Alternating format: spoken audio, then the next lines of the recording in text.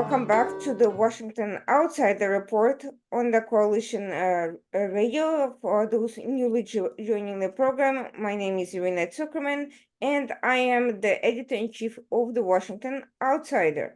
With us today is Ilya Shapiro, who is a senior fellow and director of constitutional studies at the Manhattan Institute. Previously, he was the executive director and senior lecturer at the Georgetown Center for the Constitution, and before that, vice president of the Cato Institute, director of its Robert A. Levy Center for Constitutional Studies, and publisher of the Cato Supreme Court Review. He's the author and co-author of various publications, contributor to a number of different well-known media and publications, and a well-known speaker on the topics of freedom of speech, constitutional issues, and he is himself no stranger to controversy. I'll let him tell you a little bit about it, but the reason he's here today is to discuss a controversial topic of the recent scandals involving academia. We've all heard of the resignation of the president of Harvard, Claudine Gay, and the plagiarism scandals, anti-Semitism allegations around her departure, and a lot the resignation of UPenn, head of UPenn as well. But there's a lot more to the story, and many people believe that the resignation of these figures, possibly figureheads, may not necessarily be the remedy to resolve all the controversies and all the academic fallouts that we have been seeing and the trends behind them. And that's why Ilya is with us today to discuss to what extent that's true. What are these scandals revealing about the state of the academia today, the state of the freedom of speech, the state of academic integrity, and what can we expect in the near future?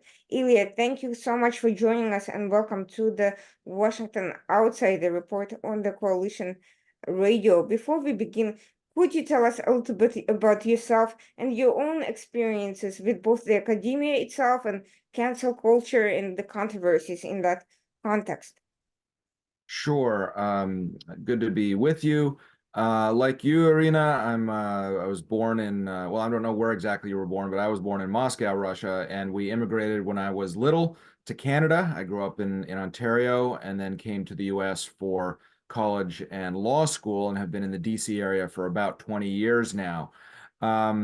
Working on constitutional law, writing, speaking, doing all these things that someone at a think tank does. And as a lawyer, I've also filed a lot of briefs in the Supreme Court. Most recently, after about 15 years at the Cato Institute, the nation's largest libertarian think tank, I thought, I should take my career in a slightly different direction, have a different kind of impact, and got hired to be the executive director of Georgetown Center for the Constitution. And a few days before I was due to start that job, I had a controversial tweet criticizing President Biden for limiting his Supreme Court pool by race and sex. I didn't phrase it in the best way, but regardless, a whole scandal broke and I was investigated for that tweet, a so-called investigation that took 4 months. At the end of which they let me off on the technicality that I was not yet an employee when I tweeted, but otherwise the instruction was there that I could not violate progressive orthodoxy, and so I quit very loudly and did a lot of media, and that was part of the last couple of years of critiques of American higher education. For wokeness, for discrimination in viewpoint, for cracking down on freedom of speech, lots of different problems, intellectual corruption of various kinds, which crystallized for a lot of people, or a lot of people began to pay attention after October 7th, after the Hamas's attack on Israel and the response, the weak response of many university officials, culminating in the congressional hearing last month, where the three university presidents of Harvard, Penn, and MIT appeared and gave a disastrous performance. Two of them, of course, have since resigned. And so that's why we're discussing what we're discussing. A lot of people that were not paying attention or kind of dismissed criticisms of higher education as being some right-wing propaganda or what have you are now looking seriously at what kind of activities, programs, education students are getting at these institutions, and why there's been what I've characterized as an illiberal takeover of higher ed. Now, there's been complaints about many of these issues for decades, since maybe 9/11, or if not earlier, about the fact that the faculty is biased, that conservative or pro-Israel students are facing challenges both from the students and from the faculty, that the freedom of speech in elite institutions in particular is not welcomed. Harvard, in fact, is one of the lowest, if not the lowest ranking on the Yeah, freedom the of the speech the index. foundation for individual rights and expression, FIRE, is kind of the gold standard for evaluating campus climate and freedom of speech. And Harvard is absolutely dead last. Penn and Georgetown are also in the bottom five. So a lot of these elite institutions really are failing on those metrics. Yes. So why is it that these issues that have been percolating for decades are only coming to a head now? Is it October 7th that really brought this to a halt? And if so, why that particular issue and not many of the myriad scandals related to free speech that preceded it? Or is there something else in the water beyond this general climate of intolerance and liberal orthodoxy, or progressive, I should say, not illiberal? What we're seeing, not just since October 7th, but really within the last decade or so, is something that's different than the decades-long complaint of the hippie takeover of the faculty lounge going back to Berkeley in the 1960s or something like that. I graduated college 25 years ago. I graduated law school 20 years ago. I don't think the ideological ratio among either the student body or the faculty has changed all that much in that time. What has changed is the growth of the bureaucracy, such that there's now more non-teaching staff than faculty, than teaching faculty at most schools, and especially this is pronounced at the richer elite schools. They've been spending all that money on hiring more educrats, if you will, administrators. And at the same time, you have various cultural shifts with the advent of social media and smartphones. Jonathan Haidt and Greg Lukianoff have written about this, the social psychology of youth, mental health issues, and the growth of wokeness. Not simply people on the left, but people rejecting America's and higher education's classical liberal foundations, things like free speech and open inquiry, due process. These are all things, they say, in this illiberal critique that are symptomatic of illegitimate white supremacy or structures that undermine people's freedom based on their identity. And you have these postmodern theories that are being implemented first from the bureaucracy and the growth of DEI offices, about which we'll get to in a moment, and then also teaching by the faculty. If you do a search of Harvard courses, there are so many that talk about decolonization or social justice or things like this. Again, this is not, the left. This is the illiberal left that rejects the traditional concern for open inquiry and truth seeking and free speech. Remember, those Berkeley hippies in the 60s were demanding free speech against the stodginess, the conservative recalcitrance of that era's institutional leaders. Now it's something different. And so what we've seen with these cultural trends and how youth are acculturated and the incentives that they face with social media and things like this, the trans panic, for example, the social contagion in various things, and also the bureaucratization of higher education, which in the last 5 or 10 years has been almost exclusively in this DEI space. And so university leaders who themselves are not generally social justice warriors or woke radicals, they're generally career bureaucrats who have found a way to climb the greasy pole of university leadership. And so when they see an outrage mob, a cancellation mob, say, it's easier for them to placate that mob rather than to stand up to it. And most people have kind of just tried to keep their heads down and not get caught in the crossfire. Since October 7th, we've seen perhaps a change in this dynamic because people who are not otherwise politically engaged, neither the illiberal DEI style mob nor the conservative pushback, but kind of people in the middle, normal people, average people, whether on campus or especially off, are seeing that there's something wrong, that the response to October 7th, especially on campus, has been strange, has been attacking Israel. Even before Israel launched its invasion of Gaza to try to root out Hamas, there were anti-Israel protests, there were anti-Semitic protests, and people started thinking, why is this? What is so fundamentally wrong that the center of Hamas support in America is on university campuses and especially elite university campuses? And that led people to dig deeper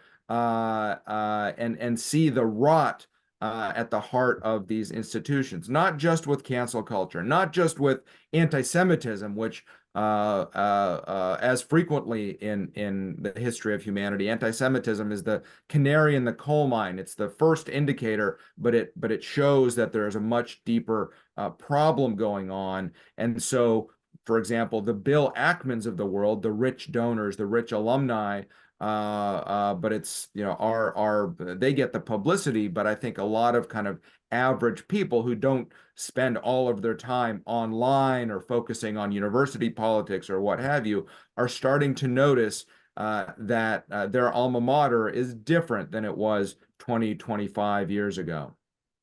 No, as much as I agree with Bill Ackman that the problem goes, deep beyond the Claudine Gaze and any individuals at the helm of the institutions, many of whom are chosen to represent a particular message from the academia and are not necessarily answerable for every aspect of it in their own right.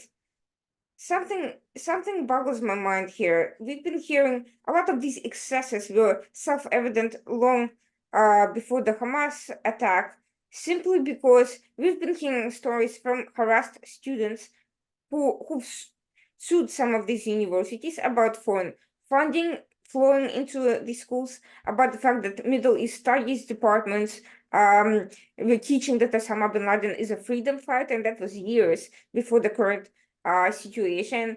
We've been hearing about,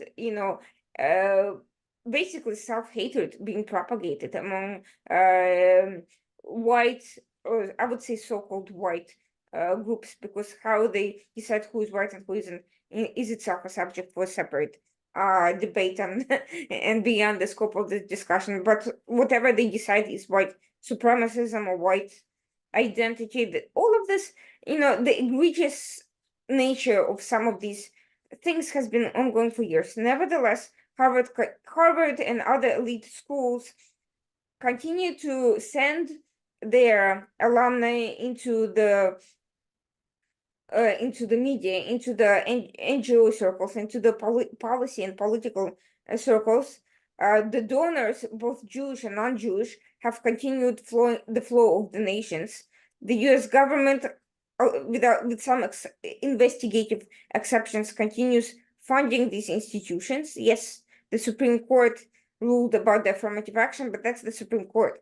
I'm talking about the Department of Education and the like. And in general, there has been no effort up until this point to divest from organizations whether it's the corporations behind these universities or whatnot, that propagated bigotry and that propagated bigotry, whether it's against Asians, against Jews, against whoever, but both on identity based and ideological basis. So the question is, why would we think that anything will change with a small outrage by a small number of Jewish donors now, when these universities accumulated huge endowments, when they continue remaining at the top by the number of faculty, research, and the types of selectiveness of the students, despite many shortcomings. And I'll get to other non-ideological shortcomings in a moment. Well, I don't think it's just about Jewish donors. I think it's external actors of various kinds.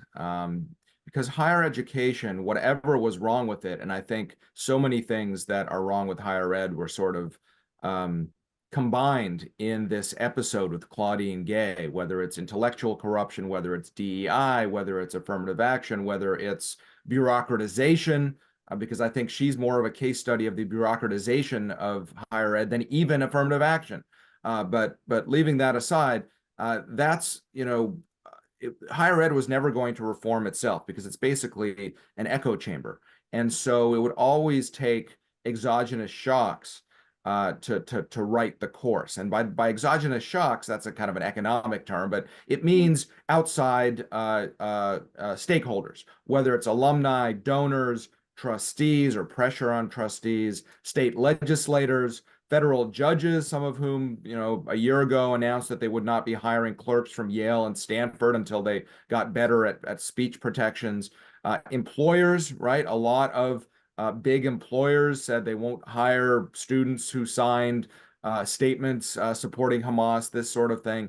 So it was always going to take external stakeholders, which I think is a healthy development because universities, especially elite universities, are important institutions and influential institutions whose faculty, whose presidents, what they say has an impact on the public discourse.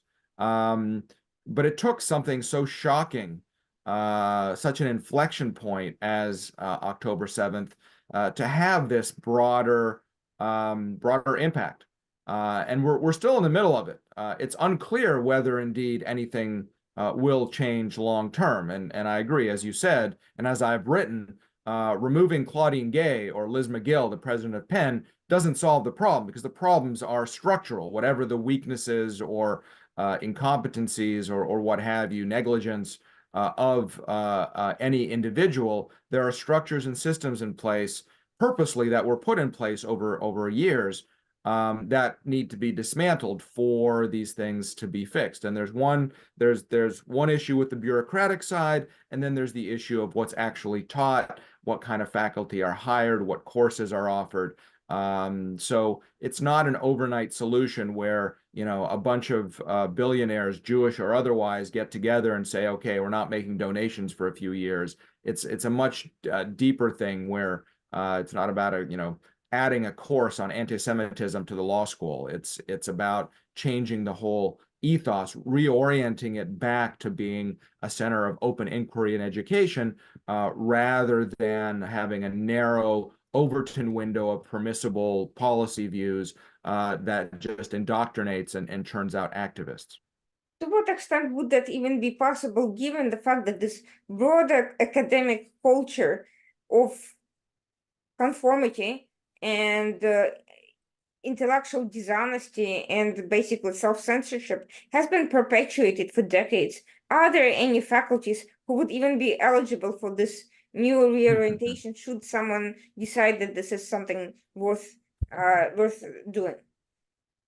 Well, at public institutions, there's oversight from state actors. Florida and Texas and a few others have legislated to disestablish, to abolish their DEI structures, for example, as well as looking hard at what kind of departments and what kind of course offerings should be. Not controlling what faculty say in the classroom. That's a separate issue of speech and academic freedom. But if taxpayers are going to be providing these services, then clearly there should be state oversight.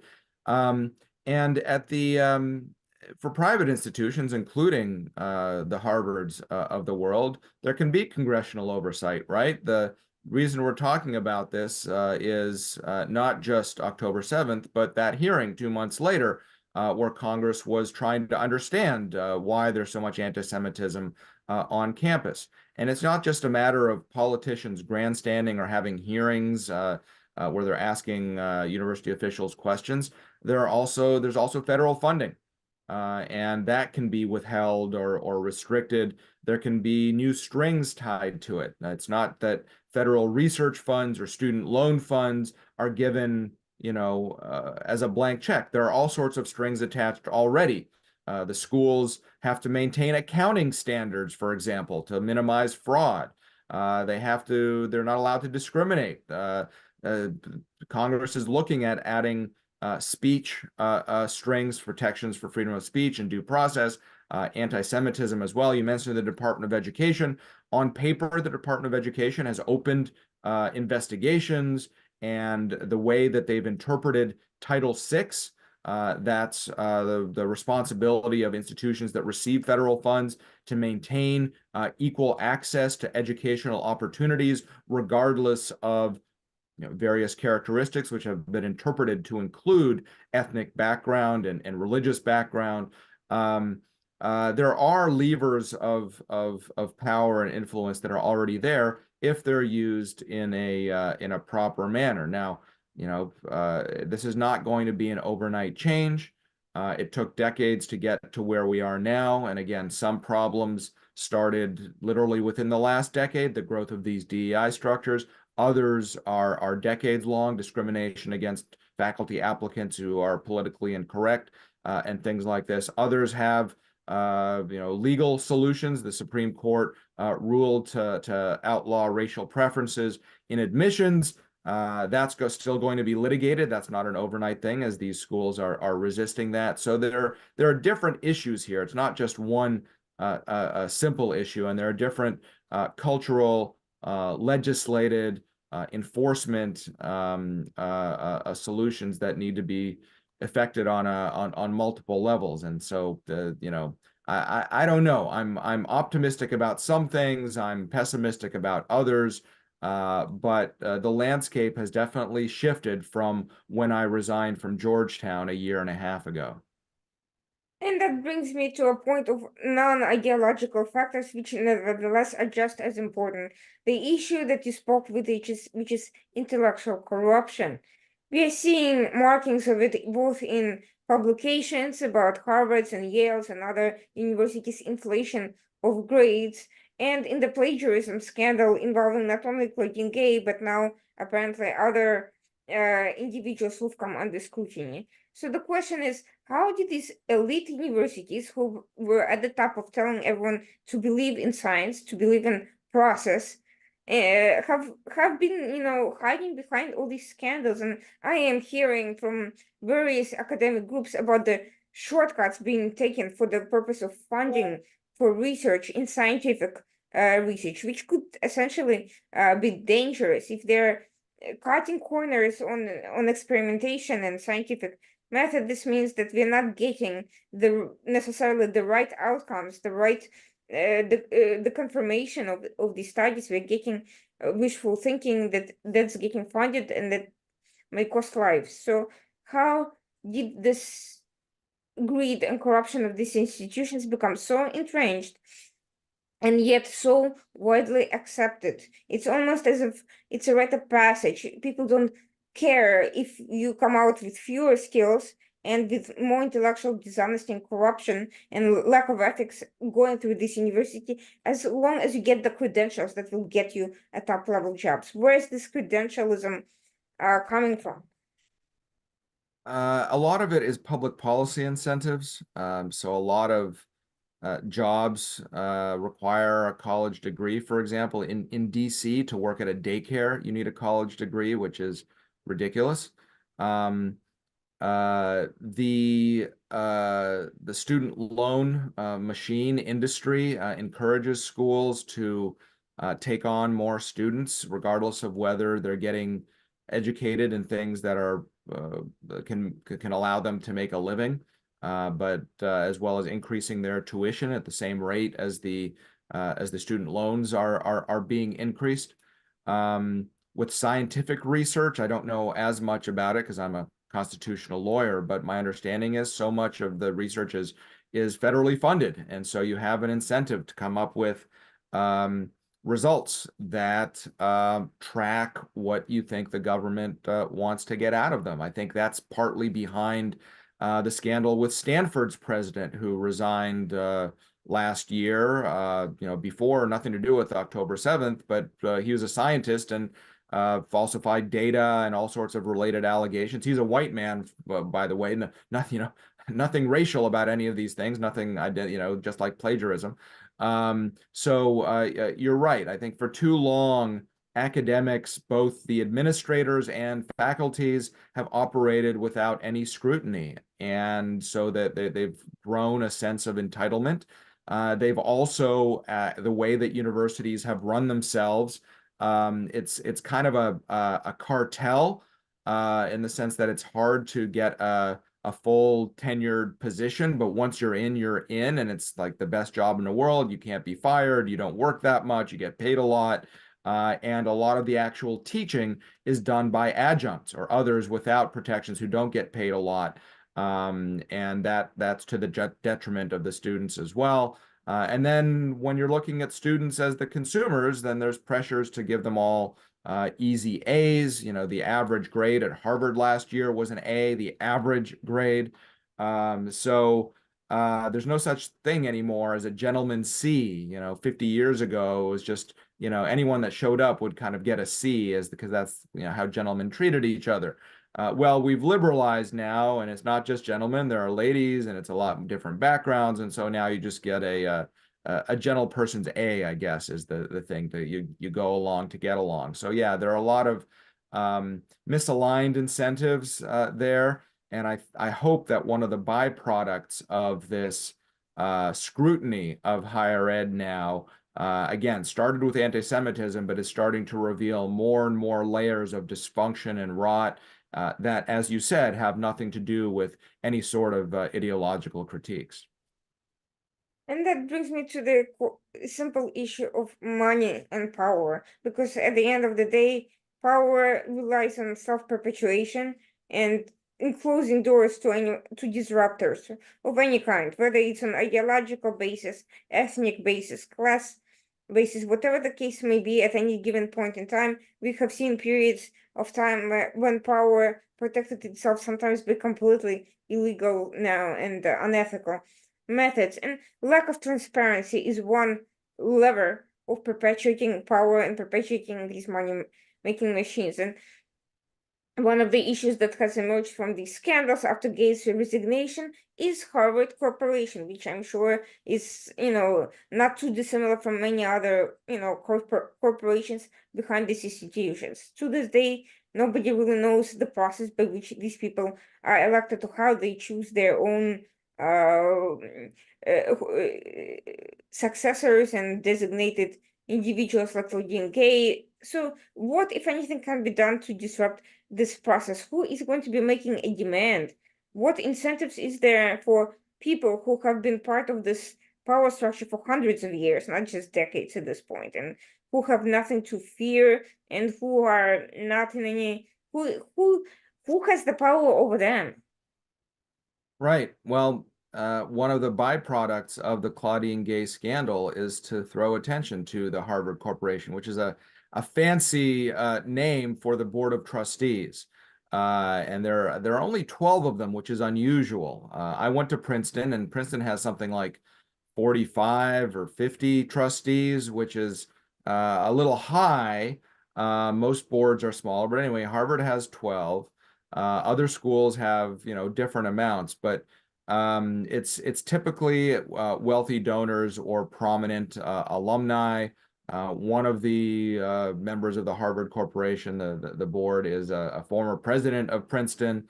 The chairwoman is Penny Pritzker, part of the wealthy Pritzker family. The governor of Illinois is part of that family, and things like this. So yes, it's a very kind of incestuous, well-connected board like that. Then there's the board of overseers at Harvard, which is larger. I'm not sure exactly what the corporate governance relationship is, but you put your finger on it with the lack of transparency and accountability. Now, Harvard is not directly accountable to the American people, other than in how it spends federal funds, and that's why, hopefully, Congress and the Department of Education and others will be more, scrutinizing how these institutions that use federal funds use them, let alone at the state level when there are public schools, where the issues are somewhat different, in that the trustees aren't so much kind of establishmentarian elites as they're prominent local alumni who just want to be on the board for its prestige and to get good basketball and football tickets. And so they just defer to whatever the management, whatever the president, provost, deans, department chairs, whatever they tell them.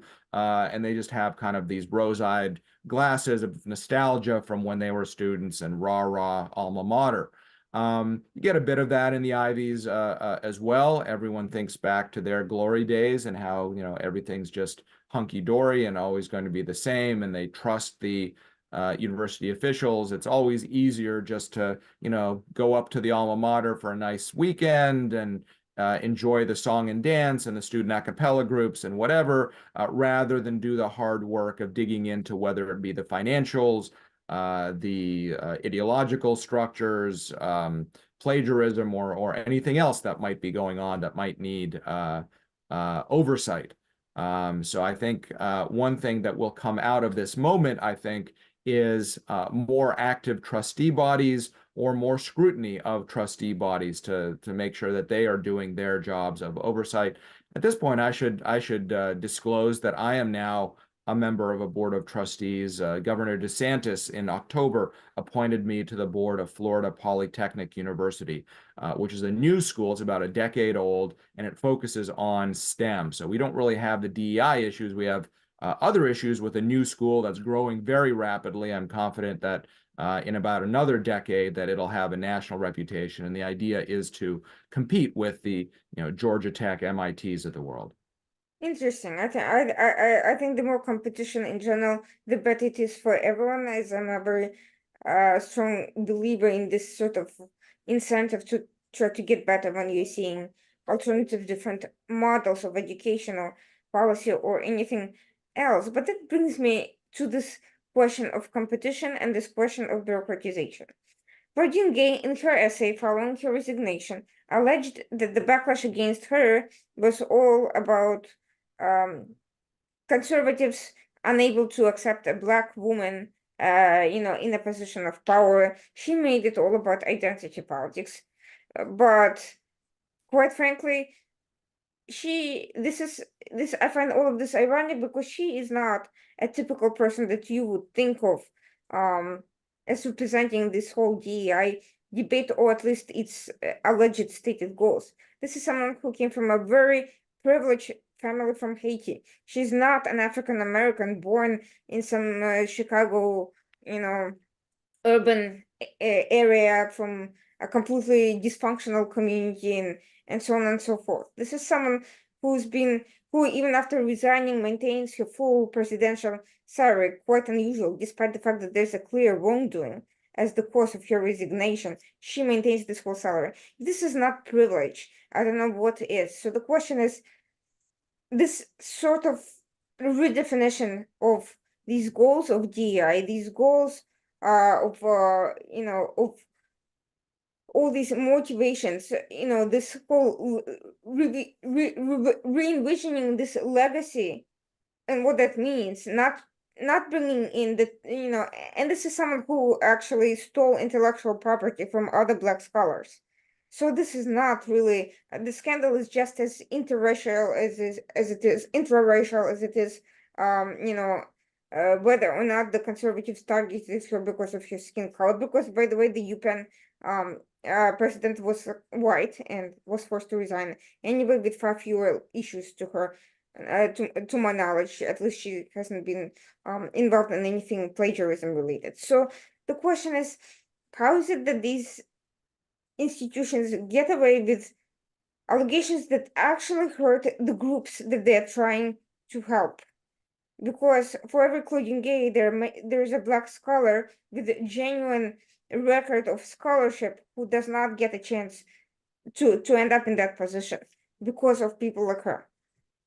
And even more than that, I mean, she investigated, persecuted, shut down the research lab of a brilliant young Black economist, Roland Fryer, who's now affiliated with the Manhattan Institute, where I work as well. He produced empirical work on policing that contradicted the progressive narrative, and she went after him on a pretextual case.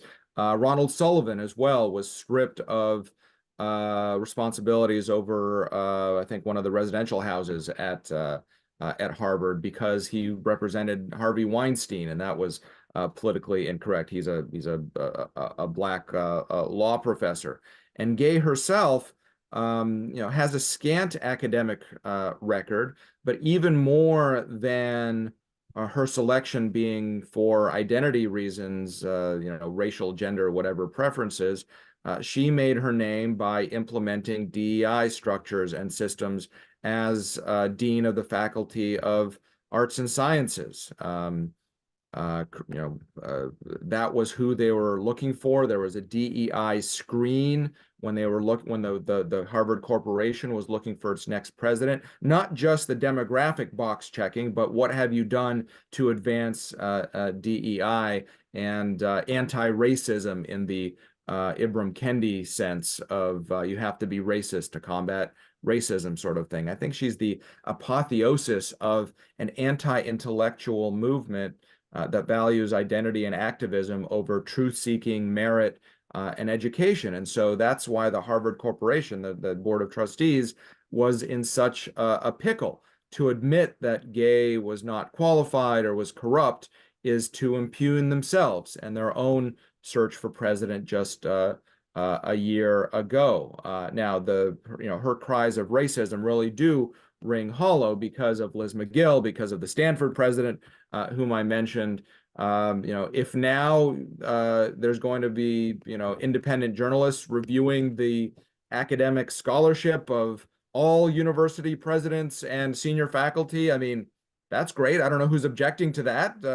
That can only help the cause of turning higher ed back in the right direction. But there's just so much there with this example, and as you said, it's not just about Claudine Gay. It's about the corruption of higher ed much more broadly, and the illiberal takeover of academia. Again, I want to stress this. This is not just the latest in decades of complaints by conservatives. This is something different where even the university's traditional mission of seeking knowledge and research and truth, that is being subverted in favor of this, postmodern theory of viewing everything through identitarian lenses and privilege hierarchies, intersectional contests, and so forth.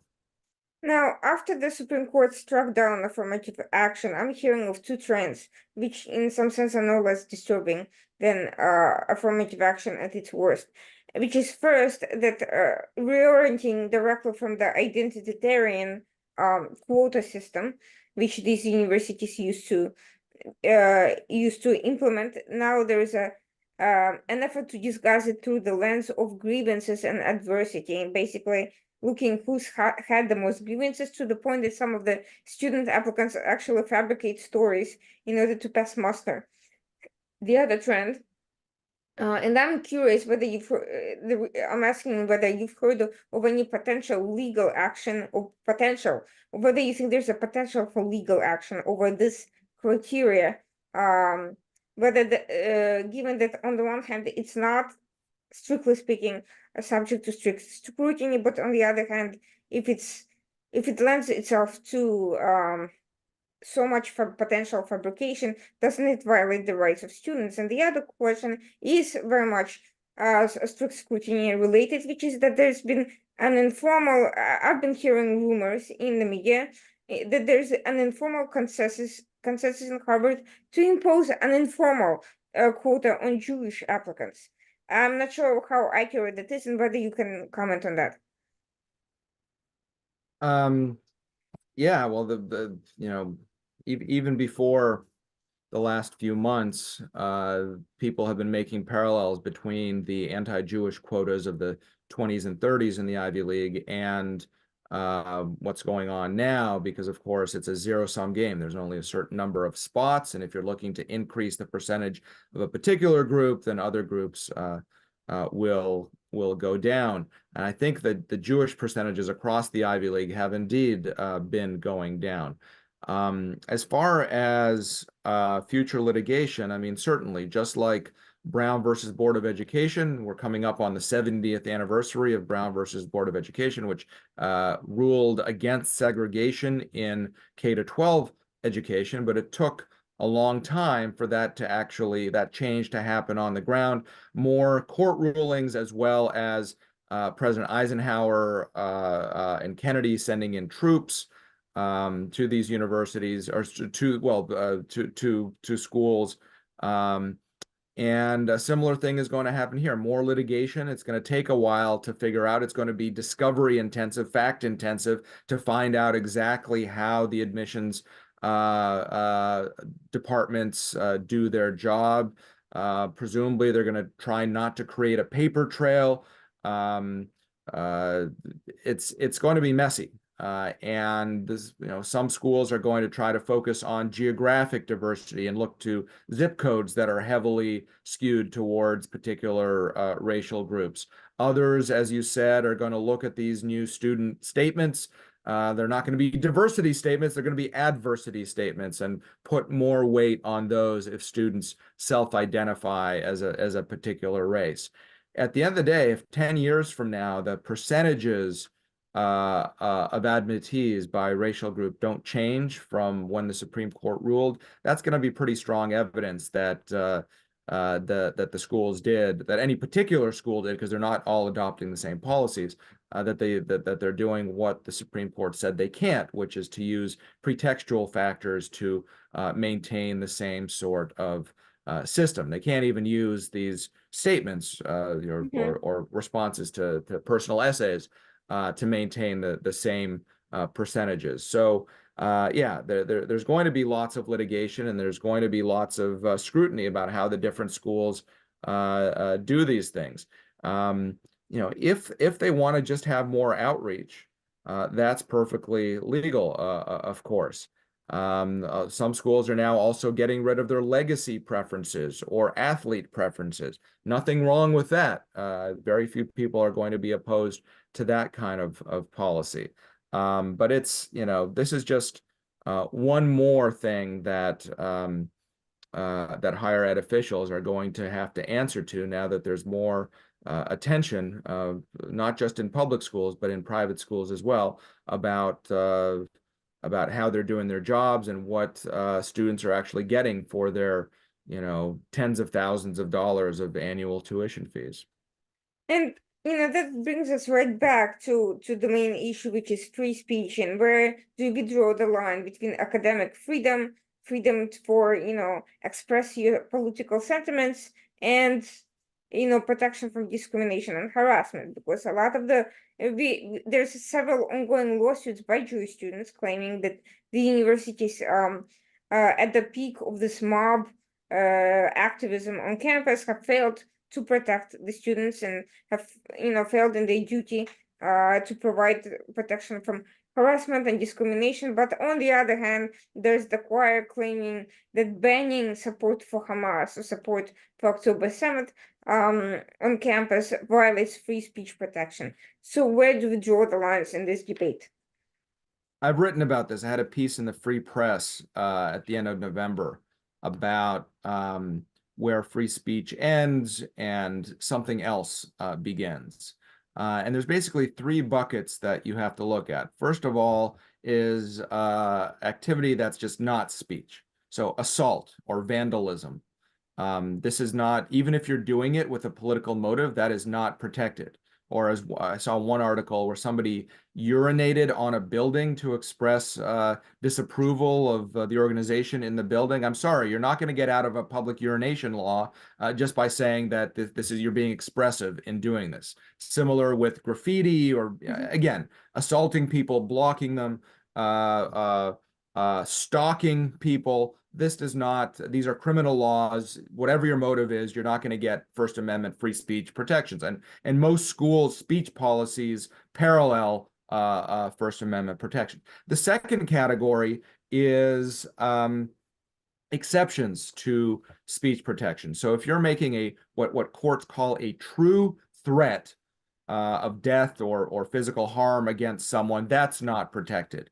If you are inciting violence, that's not protected. Now, this is a high bar in the jurisprudence. Just saying, from the river to the sea, that's not called incitement of violence. Now, if someone is having a rally and they're saying from the river to the sea, and therefore, anytime you see a Jew today, punch them in the face. At that point, that's not protected. So there's the line drawing issues there. Or for that matter, this has come up in the university president's testimony, harassment, or the crime of menacing, if you're intimidating someone, if you have a type of rally and you're targeting it at the Hillel or something like that, or a dorm where there's a lot of Jewish students, that can violate rules against harassment, or what has been in the education laws known as a hostile educational environment, which goes back to Title VI and schools' responsibilities for maintaining equal educational opportunity. And then the third bucket is time, place, and manner regulations.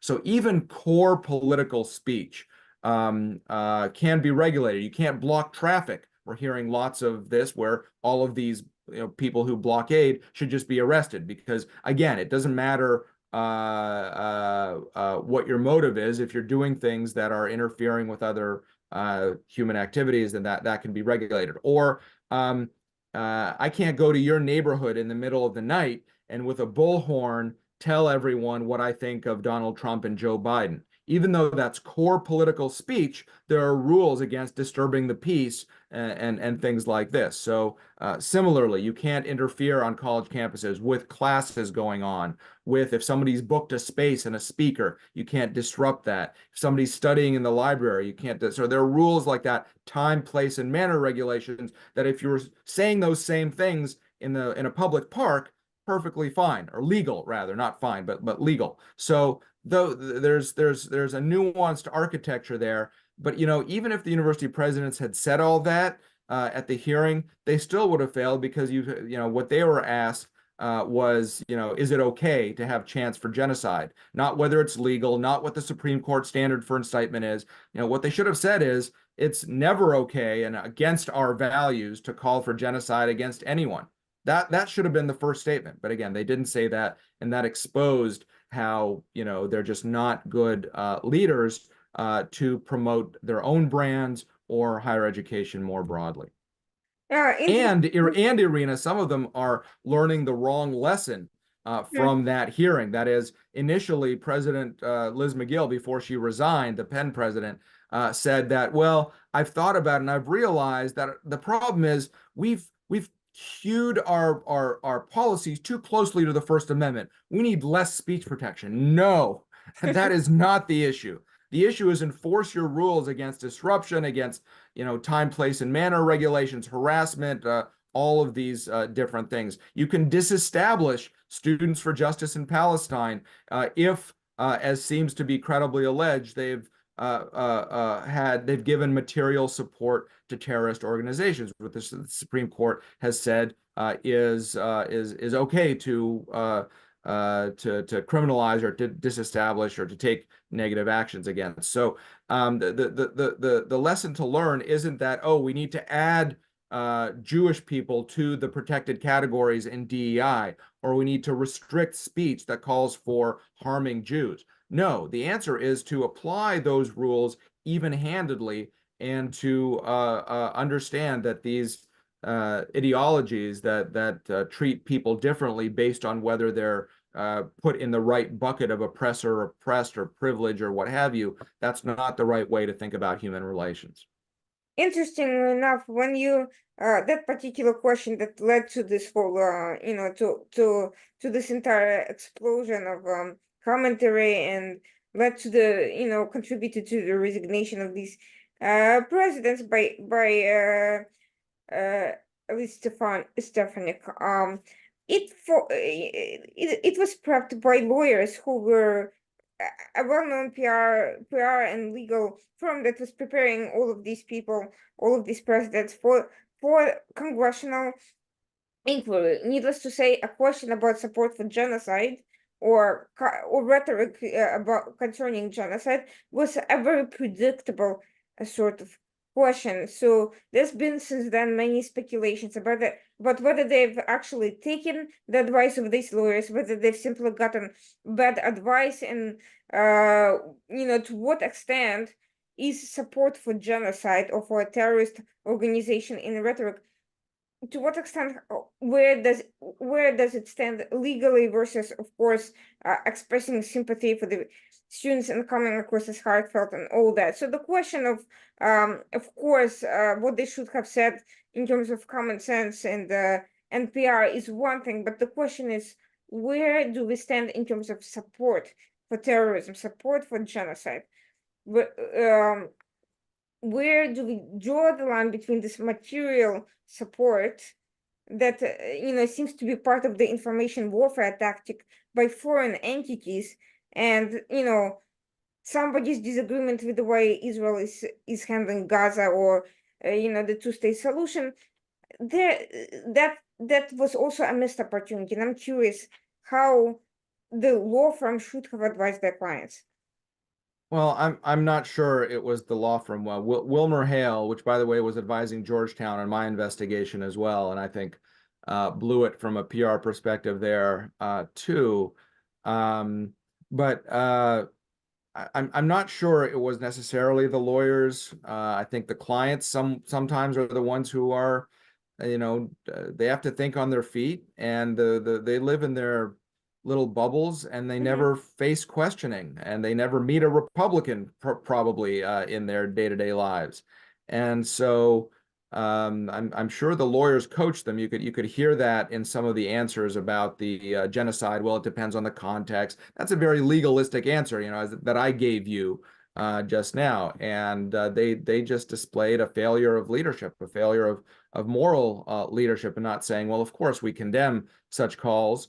If it's someone in their dorm room just doing something or writing it on their blog or something, that's one thing. But if they're harassing people, that's another. And there's a difference between what's legal and what's appropriate and what should be criticized. And again, if someone wants to stand in the middle of campus and say death to Jews, well, I think that person is an idiot and deserves criticism.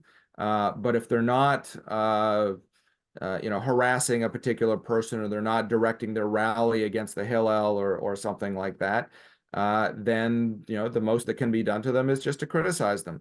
The problem is so much has gone beyond that, and for that matter, a lot of these protesters have been masked, and there are rules against masking as well, going back to the anti-KKK laws of a century ago.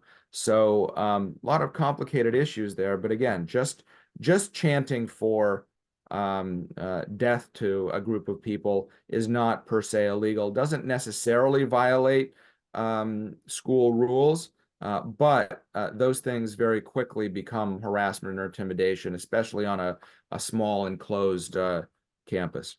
And that finally brings me to a final point in all of this, among many, which is conflict of interest, which is many of the students who were involved in all these mob activities are foreign students, and some of the universities expressed reluctance to expel them or to hold them accountable because that would compromise the visas and therefore, by extension, cost the funding that is paid upfront by these foreign students, and makes them eligible for spots that many Americans cannot get in because they don't come from wealthy families and have to take on loans to pay for them, or their scholarship students or whatever.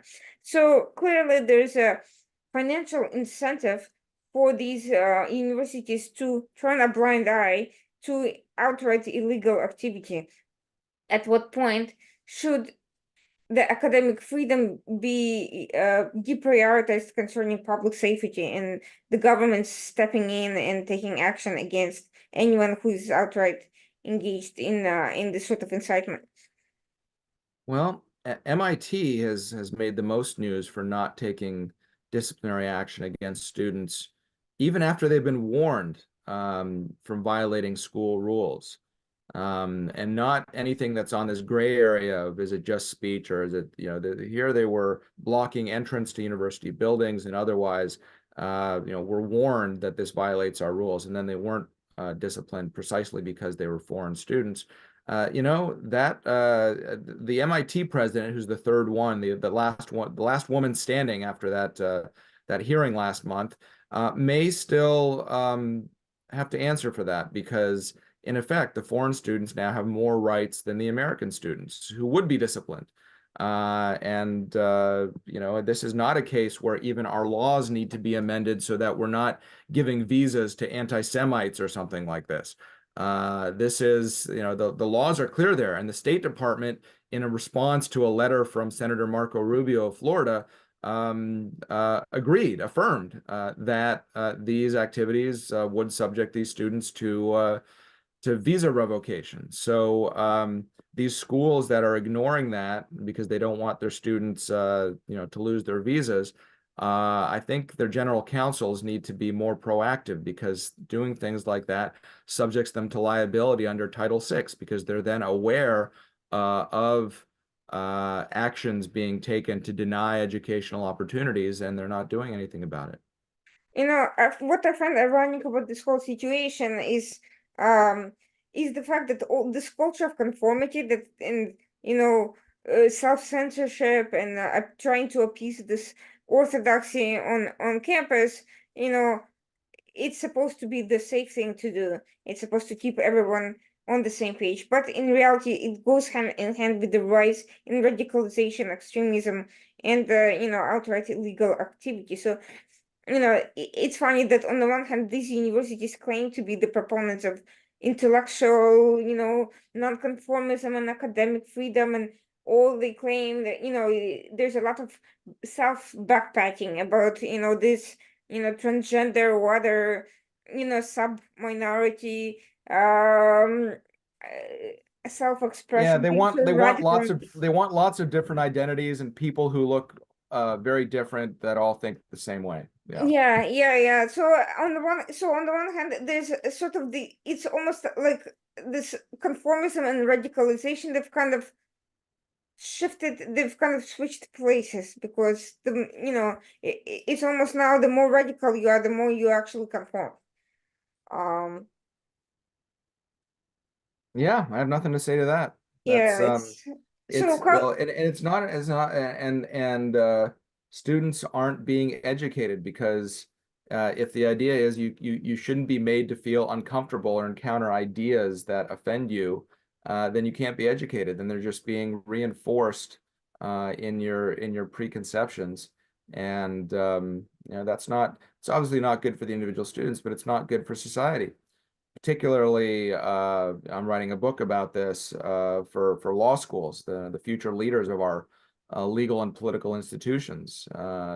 If they never encounter an idea that they disagree with or they don't like, they're not going to be able to advocate very well, and eventually they're going to blow up the law and all of our structures, because those don't reflect whatever orthodoxy they've been taught to conform to.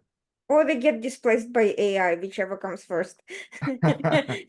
Not to end on a pessimistic note, but where do you see the disruption to all of this that we have seen? You mentioned the Florida initiative to establish a new STEM-oriented institution that will be competitive. Do you see any other kind of disruptive pro-free speech and anti-conformity initiatives that are positive in nature, not just and don't just involve investigating institutions for various violations? Well, a lot of schools, typically flagship state schools, have started centers within them that are doing or that are intended to do what universities were supposed to do. in the first place. UNC, University of South Carolina, I think, University of Florida. There are a number of schools that have started these centers. Arizona State, I'm speaking at their center next month. So kind of schools within schools that are rigorous and intellectually diverse and all of those good things, and teach civics. Then there's independent institutions. The University of Austin that's starting up. I think this fall they're bringing in their first batch of students. Standalone new institutions or takeovers of existing ones. In Florida, my school, Florida Polytechnic, isn't a takeover situation. It's kind of building from the ground up and having an example of excellence. But New College, which is the liberal arts college that got a lot of attention when my colleague Chris Rufo was put on the board of trustees, as well as other notable conservatives. That's changing, radically changing the culture of the school by taking over the board of trustees. That's another strategy. And then there's just kind of bypassing these systems and employers realizing, there's a meme going around, right? That well, here's on your resume, it doesn't say where you went to school. Is that because you went to Harvard, right? So that's kind of a demerit, that the grades aren't worth anything because everybody gets A's. It's all plagiarism. It's all identity this. It's all, indoctrination, what have you. So it doesn't really mean much. Eventually the market responds to these things. And even if higher ed is an echo chamber that's going to be awfully hard to reform, the real world does respond to things. And so you've seen whether it's cancel culture or DEI or some of these other illiberal effects of the last several years, you've seen pushback and changes in the corporate sector, Bud Light response, just because when the average person sees some of these things, they see the ridiculousness for what it is. Well, thank you very much. This was really enlightening, and I hope our audience gained a lot of insight into things that are messy and complicated. And I know there's a lot in the media and hard to keep up with it all, but I think we just had a pretty good breakdown of the main issues here. Thank you, Ilya, for joining us. For everyone who's watching, thanks again for tuning in. Please stay tuned for our next program, Tuesday night at 9 p.m. as usual. And have a great night, everyone. Thank you.